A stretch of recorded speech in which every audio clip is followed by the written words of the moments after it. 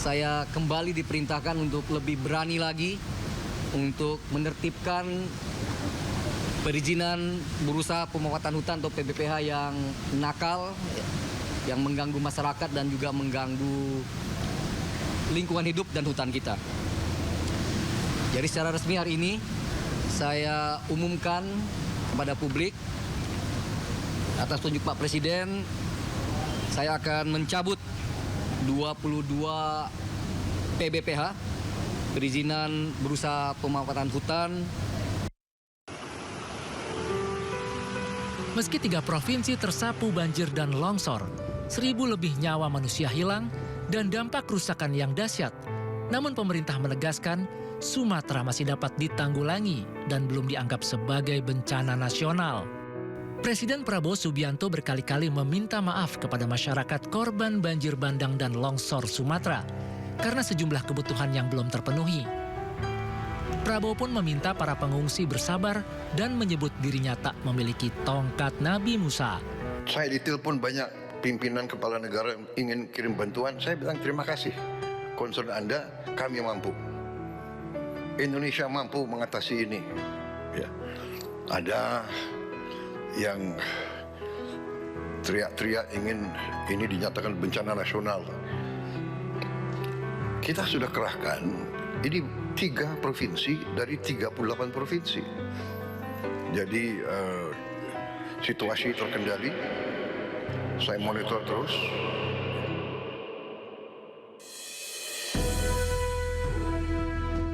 Alam adalah mahakarya megah ciptaan yang maha kuasa. Tanah, air, api, dan udara hidup berdampingan dalam keseimbangan.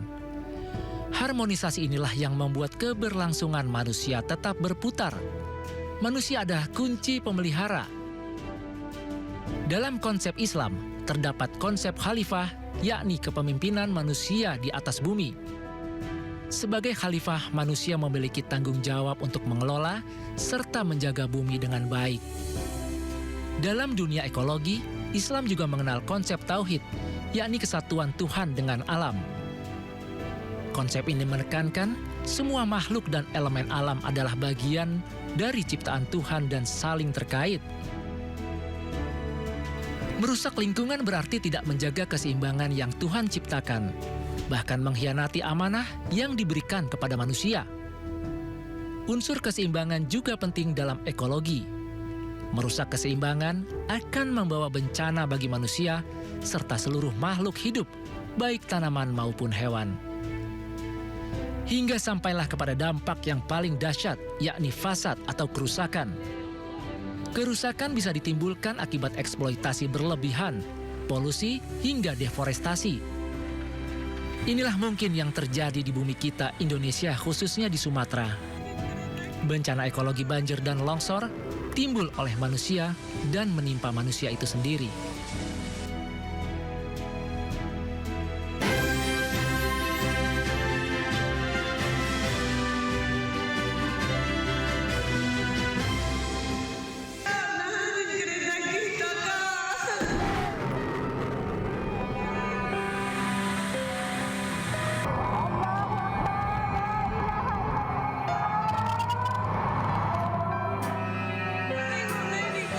Di penghujung November, bencana datang.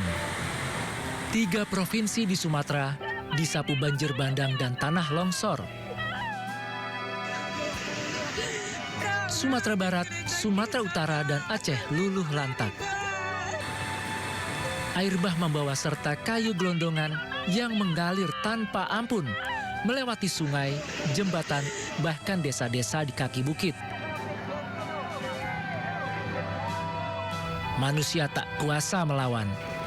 Pohon tercabut tak tertahan. Binatang hanyut tanpa belas kasihan. Desa-desa hilang, jalan terputus, listrik padam, memutus hubungan teknis manusia dengan sesamanya. Data BNPB menyatakan lebih dari 1.000 manusia tewas.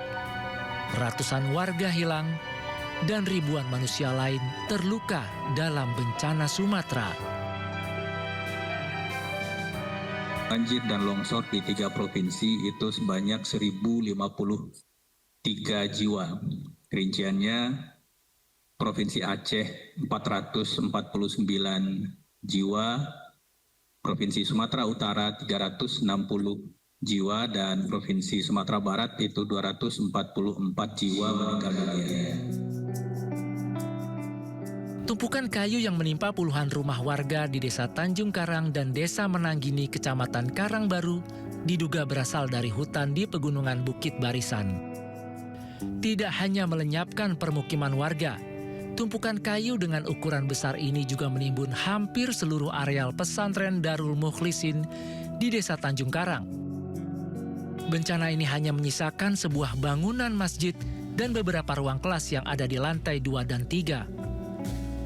Agus Susanto, salah seorang warga, mengisahkan dahsyatnya banjir bandang yang menerjang hingga membuat rumahnya hancur terseret banjir. Ini bukit ini nggak pernah kena, baru tahun inilah kena dia. Waktu air sudah naik itu posisi Bapak sudah mengungsi atau masih di Udah rumah? ngungsi di sini. Itu ketinggian airnya berapa Pak? Kalau di sini ya ada selutut. Oh, semeter. Kalau yang di rumah Bapak? Kalau rumah saya udah nggak nampak lagi. Rumah saya pun nggak punya rumah lagi, habis dah.